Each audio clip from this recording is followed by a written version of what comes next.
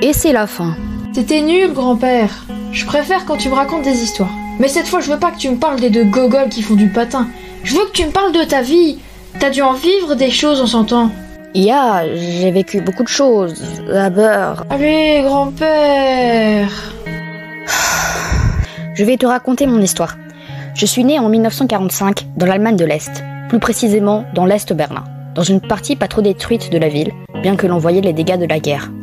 Bon, je n'ai pas tellement de souvenirs de ma vie avant mes 4 ans, où je suis allée à l'école. Je suis allée la première fois en cours, accompagnée de ma mère, mais elle est partie directement car l'alcool n'était pas permis dans l'école. J'étais donc là, seule, tenant un cahier dans mes bras. Je me rappelle que je n'aimais pas l'école, c'était étrange pour moi. Chaque jour, on me disait que le communisme, c'est l'avenir, que nos biens doivent être accessibles à tout le monde. Et quand je rentrais, ma mère me disait que ce n'était que des bêtises de Russes. Pourquoi on apprend ça si ce sont des bêtises? Car c'est ce qu'on doit apprendre dans cette partie de l'Allemagne. Ailleurs, ils pensent différemment? Oui, Klaus. C'est bizarre. Non, ils ont la bonne façon de penser, Klaus. Enfin, surtout avant. Ils pensent comment? Tu vois, il y a quelques années, un homme a décidé de choisir notre race comme la meilleure. Mais les autres gens ne trouvaient pas ça bien, car il a voulu partager ça avec la Pologne, qui l'a mal pris. Ok. Et pourquoi on ne va pas là-bas? Les Américains, Klaus. Les Américains. Je ne peux pas les supporter.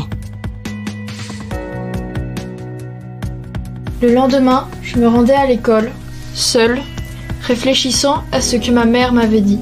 Je ne comprenais pas vraiment. Comment devais-je penser? Comme l'école ou comme ma mère? Je m'assis à ma place. Bref, tous les jours, c'était pareil. À l'école, on me faisait les éloges du communisme, et quand je rentrais, ma mère me disait que ce n'était que des bêtises. Qu'apparemment, notre race, nommée Aryenne, était supérieure. Mais pour l'instant, je ne voyais pas vraiment en quoi. Salut Klaus. Salut Hans. Salut Günther. Qu'est-ce qu'il se passe? T'es orphelin? Tu viens sans arrêt, seul à l'école. Bah non, j'ai ma maman, mais elle n'aime pas m'amener, car ces bouteilles sont interdites ici. Et ton père? Mon père? Il a pas de père. Et quel loser. Il a dû mourir à la guerre.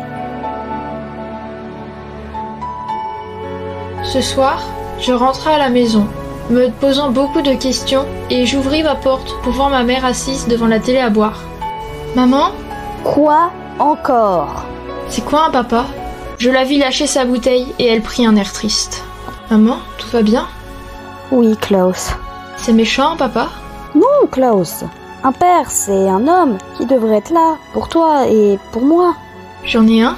Oui, comme tout le monde sur cette planète. Et il est où? Il est parti. Pour toujours. Pour servir son pays. Pour toujours? Pourquoi? Parce que... Parce que quoi? Oh, mais tu vas te taire, sale gamin! À cette époque, je ne savais pas que cela signifiait qu'il était mort. Le lendemain, je retournai à l'école seule, comme tous les matins en fait. Pour l'instant, on n'était pas encore vraiment au courant de ce qui s'était passé pendant la guerre, et je ne comprenais pas pourquoi beaucoup de gens m'insultaient, parce que j'étais blond aux yeux bleus. Je retourna vers Hans et Günther. Les gars? Oh, c'est le sans-père! Vous avez un papa? Bah oui. Ouais. Hier, vous avez dit un truc comme quoi mon papa était à la guerre. Mais c'est quoi la guerre que vous parlez? On connaît pas les détails, mais il y a 5 ans, il y avait encore une guerre. Vous en savez pas plus sur mon papa? Bah non, il y a plein de gens qui y sont morts. Il y a pas que ton gueux de père. Ah, ok, merci quand même. Il a pas compris qu'on l'insulte ou il fait exprès? Je sais pas.